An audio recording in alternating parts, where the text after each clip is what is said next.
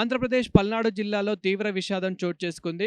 పల్నాడు జిల్లాకు చెందిన ఒక మహిళ వాళ్ళ బిడ్డలకి విషమిచ్చి చంపి మళ్ళీ తను కూడా ఉరివేసుకొని చనిపోవడం అయితే జరిగింది. మరి ఎందుకు చనిపోయింది? వాళ్ళ పిల్లలని కూడా ఎందుకు చంపేసింది? అనే కోణంలో ఇప్పుడు పోలీసులైతే దర్యాప్తు చేస్తూ ఉన్నారు. అయితే వాళ్ళ కుటుంబ సభ్యులు, వాళ్ళ బంధుమిత్రులు కూడా వాళ్ళ కుటుంబంలో ఎప్పుడు ఏదో ఒక గొడవ ఉండేది. వాళ్ళకు కుటుంబ సమస్యలు కూడా ఉన్నాయని చెప్పేసి కూడా వాళ్ళ బంధుమిత్రులైతే చెప్తూ ఉన్నారు.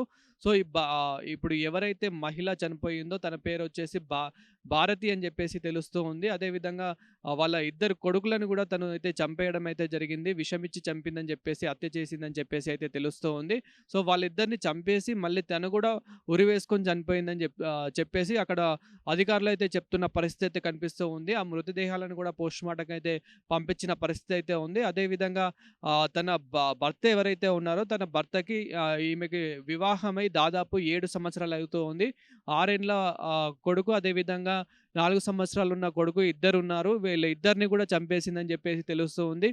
తన భర్త ఎవరైతే ఉంటారో తన భర్త ఒక పాల డ్రైవర్‌గా అయితే వర్క్ చేస్తూ ఉన్నాడని చెప్పేసైతే అక్కడ అధికారులైతే చెప్తున్న పరిస్థితి కనిపిస్తూ ఉంది. అదేవిధంగా వీళ్ళిద్దరి మధ్యల దాదాపు కొన్ని రోజుల నుంచయితే కొన్ని గొడవలనేటివి అవుతూ ఉన్నాయి. అదేవిధంగా ఏమైనా అప్పులో బాధ ఏదైనా ఉందా అని చెప్పేసి గూడా ఆ కోణంలో గూడా ఆలోచిస్తూ ఉన్నారు. అదేవిధంగా ఆమె ఎవరైనా బ్లాక్‌మెయిల్ గూడా చేసుండొచ్చా? ఇంకేదైనా జరుగుండొచ్చా? అనే కోణంలో గూడా ఇప్పుడు పోలీసులైతే దర్యాప్తు చేస్తున్నారు.